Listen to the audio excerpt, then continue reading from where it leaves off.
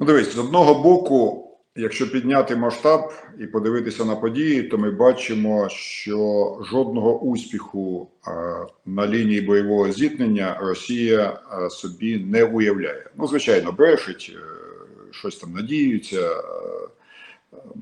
кидають різну пургу, але жодного серйозного не те що просування, але навіть перспектив просування вони не мають. Тому в цій війні на виснаження вони зробили нову ставку на когнітивну війну, на психологічне виснаження українського народу.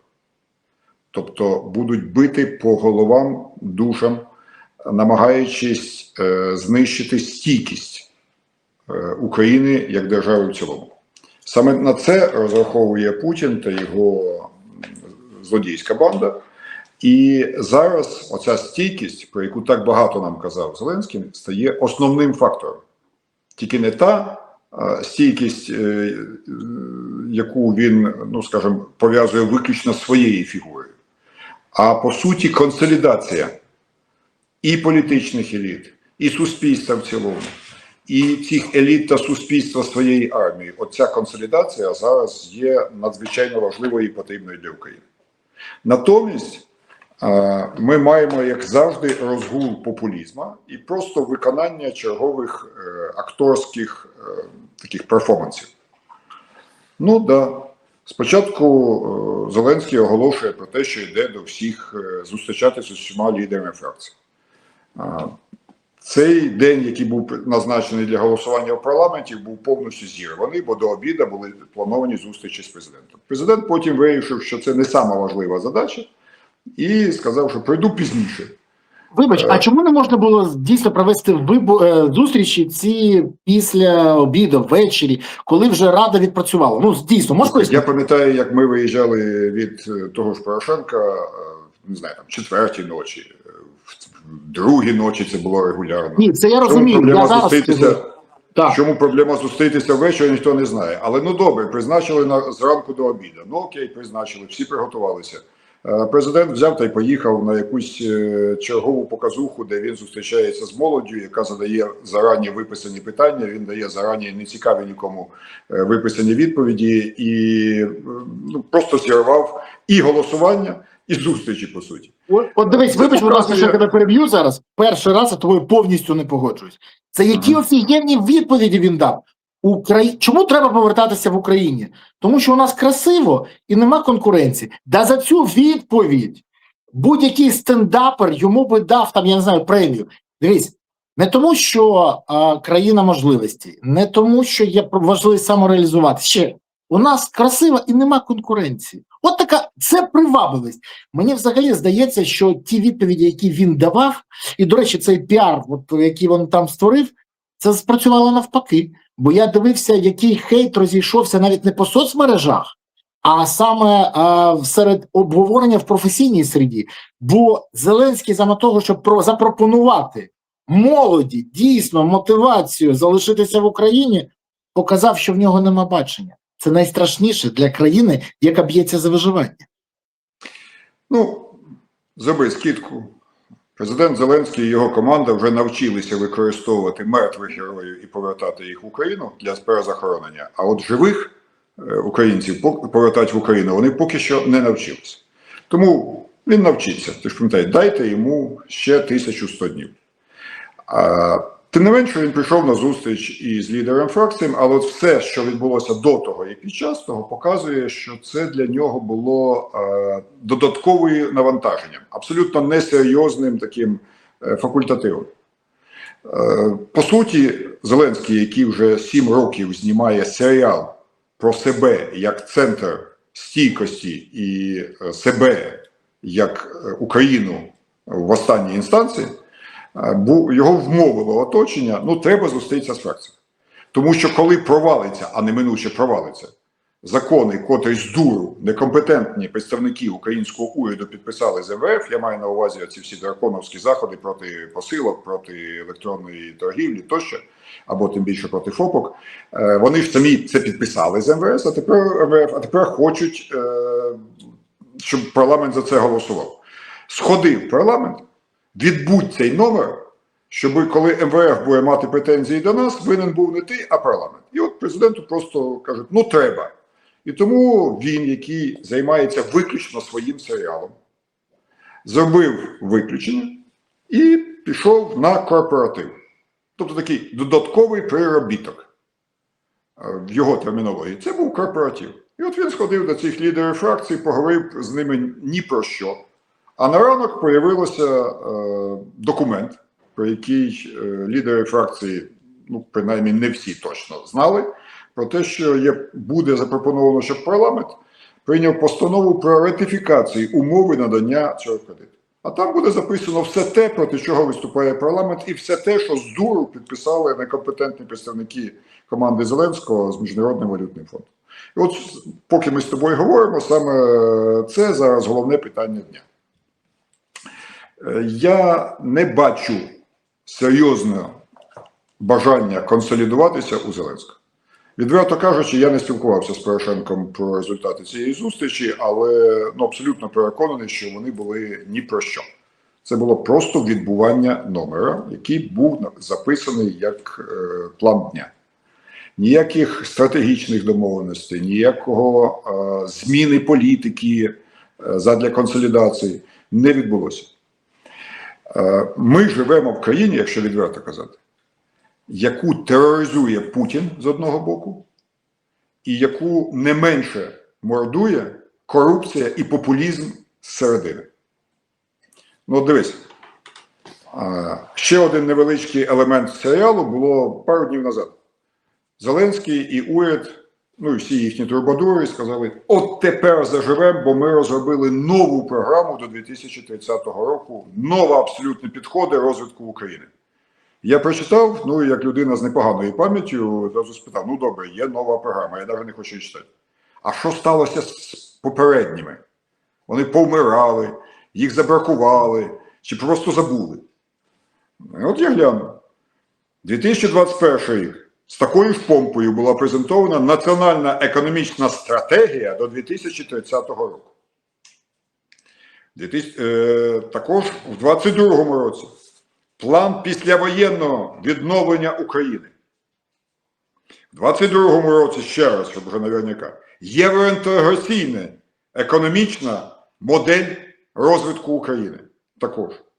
В 23-му, хоча не буду перечисляти, бо кожного року у нас або одна, або дві програми, або зразу штук 15 галузевих. Нічого з цього не виконується, нічого з цього не реалізовується. Все це летить в якусь чорну яму популізму і нам виносять трубадури під серйозні там сигнали «Ура! Ура!», нам виносять чергову макулатуру, яка не має нічого спільного з життям. Тому популізм вбиває не менше. Ідемо надалі. Що таке популізм і яка його ціна? Можна про це говорити безкінечно, але у нас є свіжий і досить простий приклад. Зміни до бюджету, ну, як і казала опозиція, бюджет приймається таким, що його прийдеться міняти ще до середини року. Так воно і сталося. Грошей, як завжди, ні на що не вистачає. В першу чергу на армію. І тому... Вибачте, який рік поспіль же це відбувається? Ти звернув увагу? 5-й рік вони не можуть закласти на армію грошей так, щоб вистачило. Просто вони не можуть прорахувати. Дивіться, це дуже правильно сказано, і це дуже цікава історія. Ми про неї колись говорили, але варто нагадати. Це означає, що не армія є в пріоритеті. От як мала би під час війни формувати держава бюджет? Спочатку закласти все, що потрібно армії, в тому числі збільшення грошових виплат солдатам, які не коригувалися всю війну, по суті, ну, як мінімум з 23-го року. Після цього все, що потрібно на зброю, а от те, що залишиться, на всі інші потреби держави. І вже в самому кінці, якщо раптом щось залишиться після медицини, освіти, пенсії, МЧС і інших надзвичайних речей, в самому кінці, якщо раптом щось залишиться, можна було б процентів на 5-10 підняти зарплати чиновникам, але не більше, ніж зарплати армії. А як робиться в нас? От рівно навпаки. Спочатку піднімаються зарплати тим чиновникам репресивного апарату, які потрібні, щоб затикати рот невгодним, І це вже не тільки опозиція, це вже просто нормальні громадяни України. От і їхній бізнес. Спочатку їм піднімається зарплата вже інколи до 2 разів від того, що отримує солдат. Потім збільшуються зарплати на популістичні програми по підкупу глядачів єдиного марафону, потім на дороги, потім на всі інші, які такі можливі і неможливі, в кінці на охорону здоров'я та медицину, яка залежить виключно від підтримки Європейського Союзу.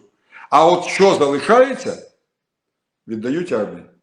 І тому, от саме тому, на цьому бюджеті, який буквально декілька днів тому розглянутий бюджетною комітету, уряд пропонує забрати у армії 40 мільярдів гривень. Юрій Віталійович, на що ж хочуть витратити ці гроші? Розкажи нам, будь ласка. Ти поки згадував, на що витрачати, я якось згадав.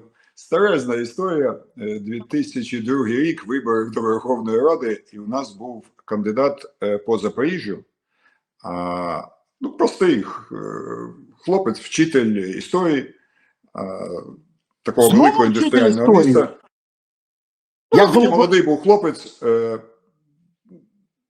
виставив свою кандидатуру, а тоді грошей ніяких особливих в нього не було, але тоді була така державна програма, типу державне телебачення, давала кожному по 5 хвилин оголосити свою програму.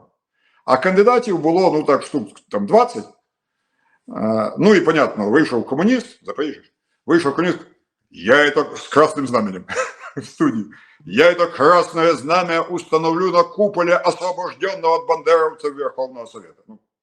Потім вийшли, ну, ясно, представники місцевого капіталізму, Моторсічі, Запоріжсталі і говорили щось там про підвищення розвитку медицини і освіти міста. Ну, в принципі, нормально. Хтось там про спорт. А в кінці вийшла, вже зараз тільки старожили пам'ятають, була кандидатка, жіночка, яка собі поміняла прізвище на прізвище Бін Ладен. Вона змінила паспорт. І вона офіційно балотувалася як Бін Ладен. Все місто було заклеєно її плакатами, де вона стояла, ну, в такій позі собачки, і її чоловік, такий величезного шприця, її, значить, вставляв і лікував. І написала: «Вилічу всю Україну». От. І вона почала виступати, потім вона зняла з себе весь одяг до пояса, стала демонструвати, ну, весь свій целлюлит, и сказала, что моя задача в Верховном Совете, я ее не скрываю ни от кого, я вот прозрачный политик, я не скрываю, я хочу переспать с Кучмой, с Масолом, господи, я собі славно виявляю, як вона це виявляла, да, значить, з Морозом і чомусь з Ахметовим. От. І після цього, значить, її час закінчується, вона от на цьому оголеному стані йде студії і сідає наш оцей нещасний кандидат вчитель історії.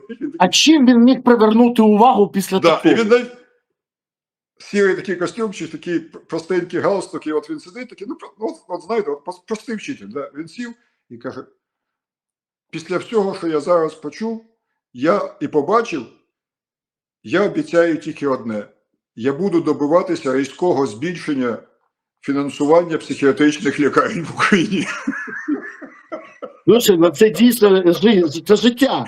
І, до речі, я хочу тобі сказати, якщо ти пам'ятаєш, я наполягав в минулому скликанні і зараз наполягав би, щоб ці депутати, але хтось прийняв закон про обов'язкову перевірку, психіатричну, наркологічну перевірку всіх кандидатів на виборчі посади. Бо це дає унеможливити приходи до влади хворих на голову і наркоманів. Ну це дійсно потрібно країні. І я тоді був проти, і зараз проти, тому що головний психіатр України тоді буде мати прізвище Міндіч, і ти побачиш, як буде формуватися влада. Проїхали. Дивись, повернемося до нинішніх баранів, бо спогади про минуле є спогади про минуле, а от іде бюджетний комітет. Депутати в шоці від того, що у армії вперше за часи війни пропонується не збільшити, бодай на якусь там, може, недостатню суму, а забрати $1 мільярд. Прямо із рядочка озброєння. Слава Богу, що в зарплату не залізли, от з рядочка озброєння, виявляється, армії не потрібно 40 мільярдів. І от депутати повертаються до присутнього заступника Федорова, заступника міністра оборони, і питають: як ви це прокоментуєте? І як ти думаєш? Він каже: Міністерство оборони підтримує пропозиції Міністерства фінансів. І, звичайно, зелені плюс їхні там осколки ОПЗЖ проголосували за такі зміни. І на сьогоднішній день парламент ще не проголосував, але думаю, що ближчими днями буде винесено цей проект бюджету і цих 40 мільярдів у армії заберуть. А тепер відповідь на твоє питання, куди? Всі ці гроші Міністерство фінансів по команді конкретно від Зеленського і Свериденко хоче передати до резервного фонду. Не думайте, що це той резервний фонд, який ми пам'ятаємо із попередніх президентів, який йшов на якісь надзвичайні ситуації природні або в нашому випадку військові. Це не для МЧС, це не для переселенців, це не для будь-яких реальних потреб. Резервний фонд давно і міцно став джерелом популістичних програм Зеленського. Всіх оцих єбачків, кешбеків і Вовиної 1500 і так далі. Вся ця фігня, яка ним напланувалася, вибрала резервний фонд за перший квартал. Але поясни, що резервний фонд взагалі наповнюється на рік. Правильно. Так от все, що за рік уже, за перший квартал всю річну суму, яка була запланована, вибрали на всю цю популістичну дурню, а вони ж планують вводити нові дурні. І тому його заливають новими коштами. Звідки? З армії. Звідки конкретно? З озброєння для ЗСУ. А ви, українці, слухайте єдиний марафон і скидайтеся своїми пожертвами на підтримку наших рідних солдатів на передовій. Тобто, хтось донатить, хтось займається популізмом. Хтось б'ється до останнього, хтось краде останнє. Ми живемо от в такій країні зараз. Тому, на жаль, ніякої консолідації не спостерігається. У нас продовжується та сама політика. Влада займається популізмом і розкраданнями, а армія та суспільство намагаються зупинити ворога і вижити. Поки що ніякого сигналу про те, що влада усвідомила безумство такої політики, я не бачу.